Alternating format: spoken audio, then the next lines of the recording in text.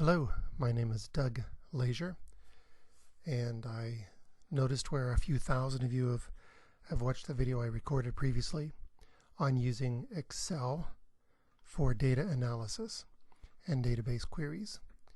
So I thought it'd make sense if I'd go ahead and record another video, this time using some specific data that might be of interest to quite a few folks.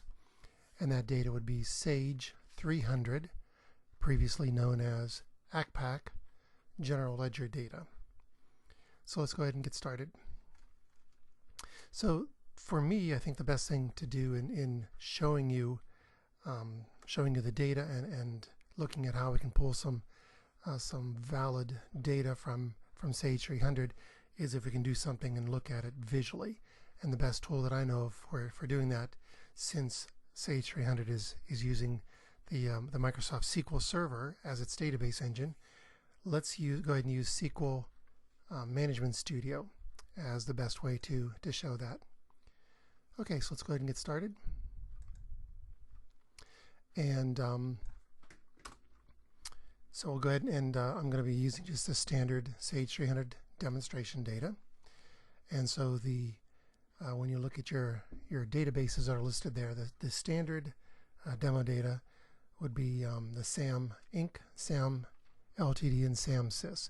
So we're going to go ahead and just use SAM Ltd. for the data source. So if we expand that and look at the tables that are available, you can see all of the various tables in there.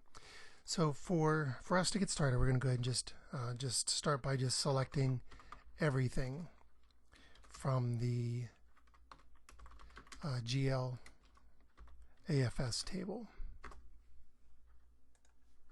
Okay, so if we take a quick look at the data that comes back here, the GL for General Ledger data, the GL AFS then contains the balances for actuals as well as budget data. So if we look at that table real quick, we see that we have the account ID, the fiscal year. The designator here is A for actual, or 1, 2, 3, 4, or 5 for the 1 through 5 budgets. We also have the currency designator and the currency type. If we scroll over a little bit further, we see some very interesting things, like some critical pieces like the net change balance for period 1, 2, 3, all the way out through period 15. So I know for most folks they use 12 periods. Some use 13, some use 13, 14, and 15 as adjustment periods. So you'll just need to understand how you use your data. Okay, so that's a critical piece. If we jump into the General Ledger real quick and look at our account information, let me go and just start with the 4000s. So in this demo data, 4000 would be the sales. And as we look at some of the data here, 4000-100-10. So this would be a full account number here. And there's some information here that's very helpful for us when we're trying to analyze data. One is that the data is marked as normally a credit or normally a debit balance. Also, there's the account groups. So 15 is the revenue. 15 doesn't mean very much, but revenue is very meaningful. So we probably would want to, as we're getting our data, make sure that we include whether it's normally a credit or debit type, and what the account group is, not the account number, but more specifically the description that goes with the number associated with the account group. The other thing very helpful for us would be the description in addition to the account number. So these are some of the things we're interested in. If we did go ahead and take a look still in the General Ledger just a little bit further, let's go down to the GL setup. One of the things we can look at here would be the segment codes.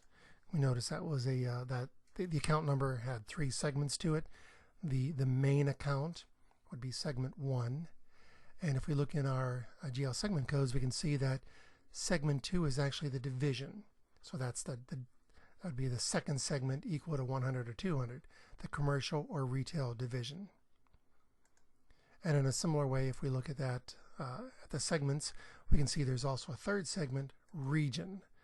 So those values are 10, 20, 30, 40, referring to the northern, southern, eastern, and western region.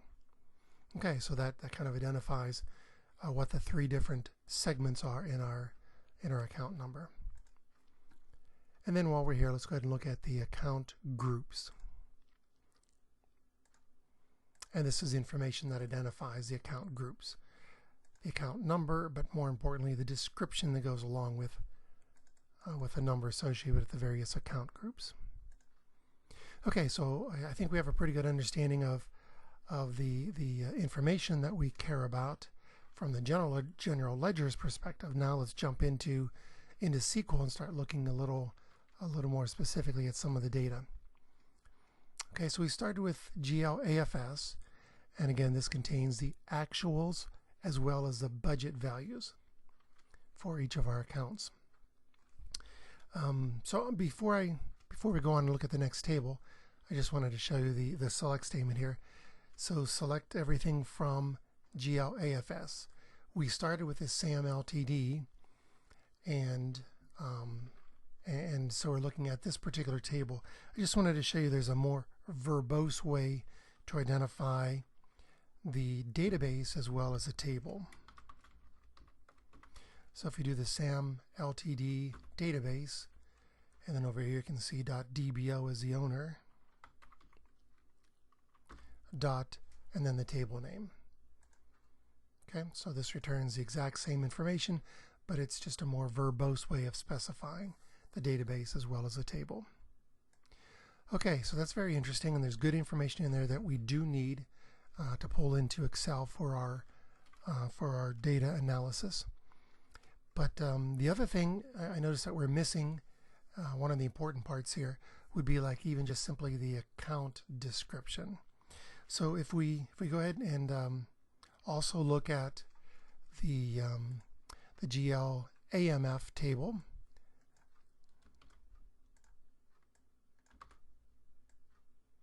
and when we look in there, we can see that this is the one that contains the account numbers and the description. So this is a good piece of information, a good table that we would want to connect to as well to get some of our information. This also contains some other things that are helpful for us. One would be the formatted account number. So here we can see the account number with the segment separators, the dashes in here, as well as it details out then segments 1, 2, and 3. So this is another good piece of the information that will help us out. It also contains the account balance. So this is actually the identifier as to whether or not the account is normally credit or debit.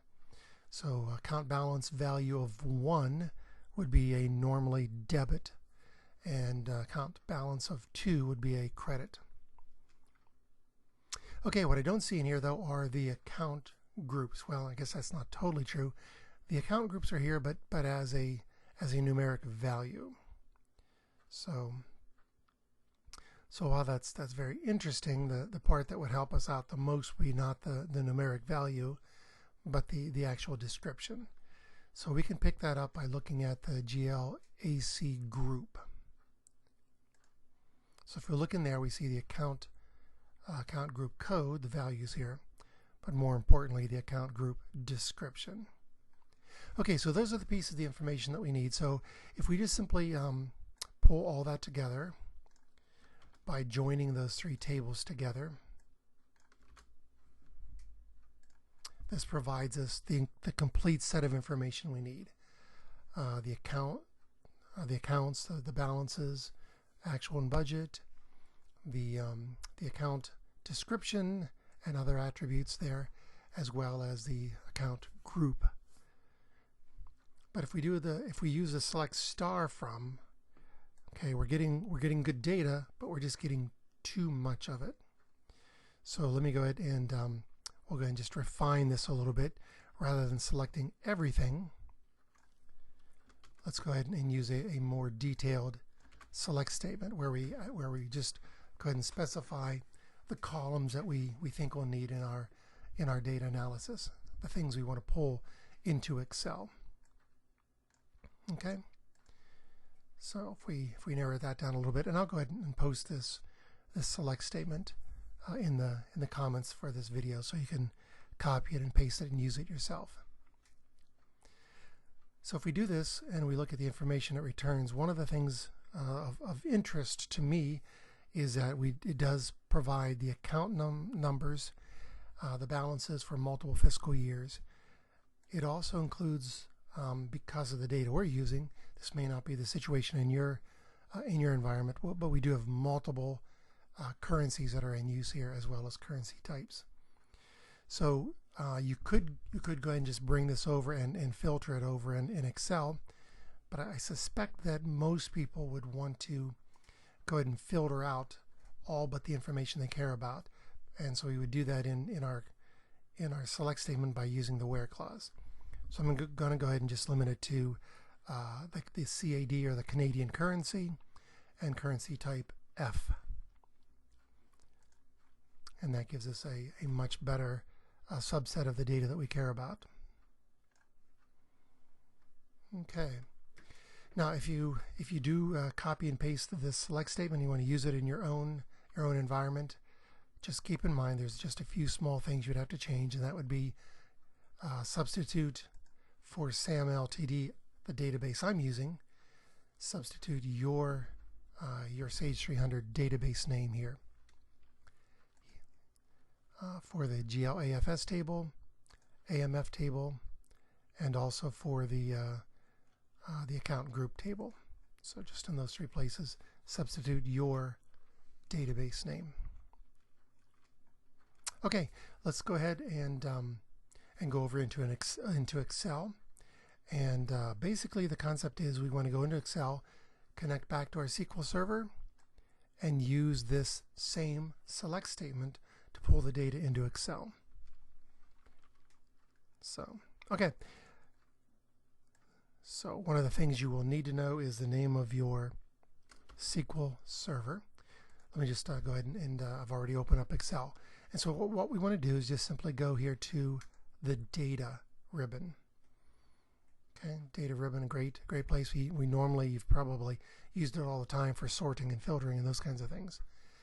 But what we want to look at today is actually connecting from Excel to another data source, which is our Sage 300 SQL Server, to pull in data from there.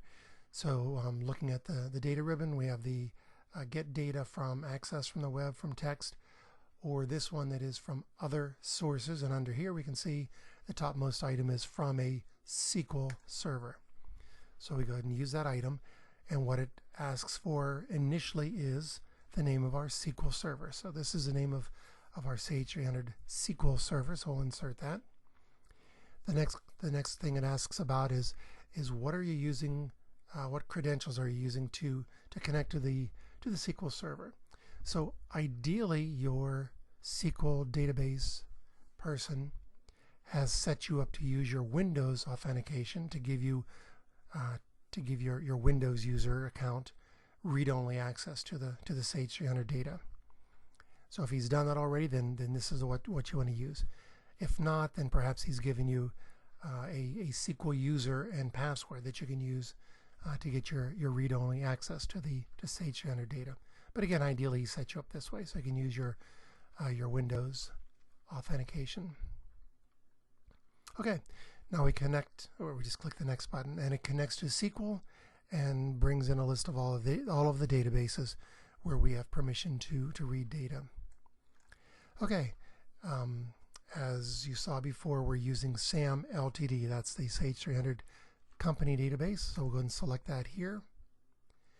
And it shows us all the various tables that are available.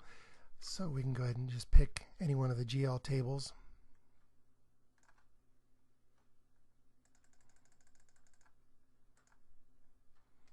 And then go next.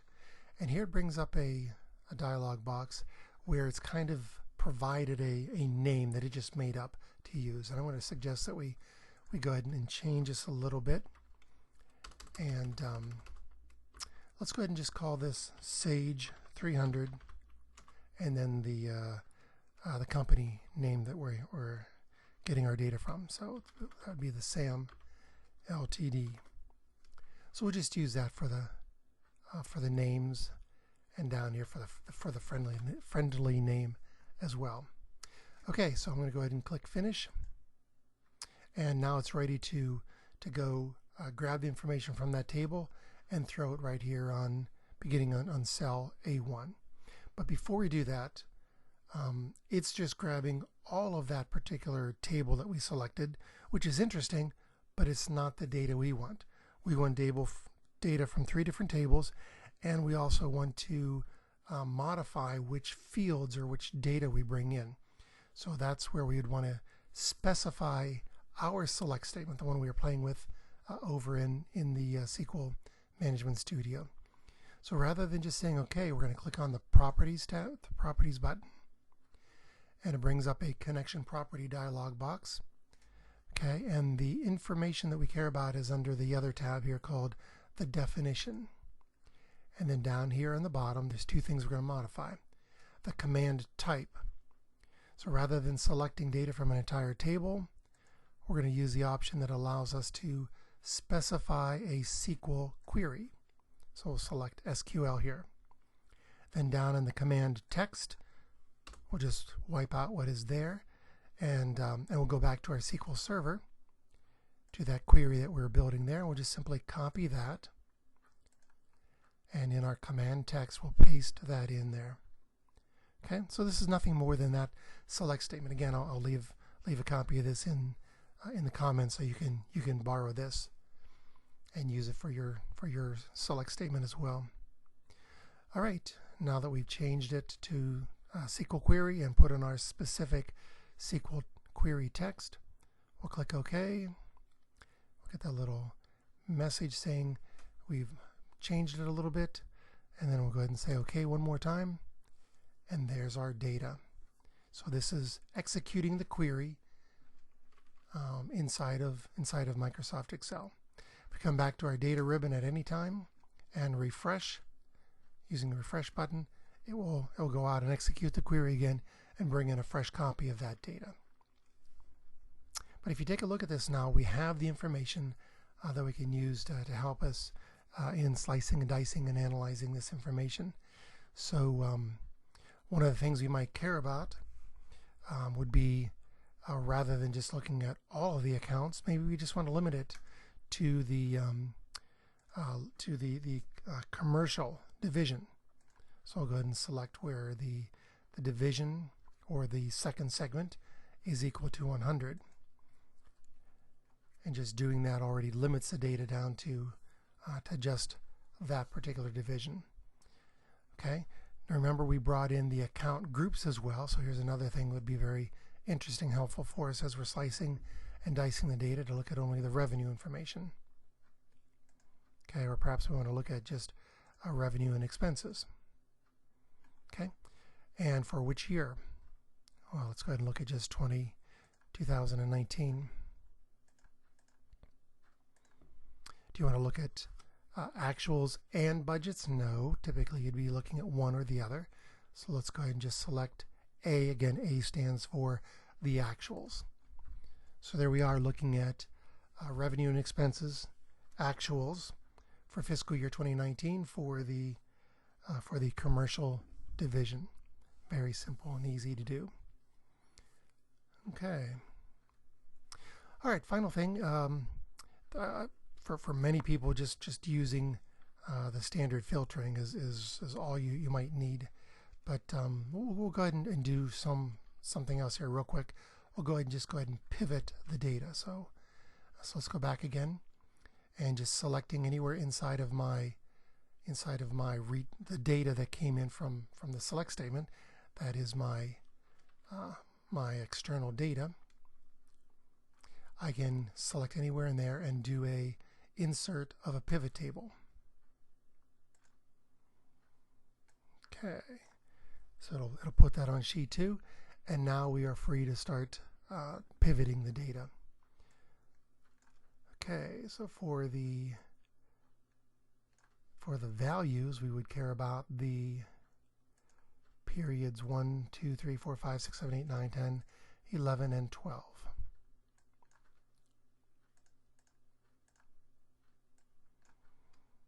Okay, so that makes a lot of sense that we have all of our periods listed here. And what about the rows? Well, the rows probably would be our formatted account number, would probably be the best thing to use there. Okay, and what else might be helpful here? Probably filtering. So we probably care about filtering to a specific year. And we'll go ahead and choose again 2019.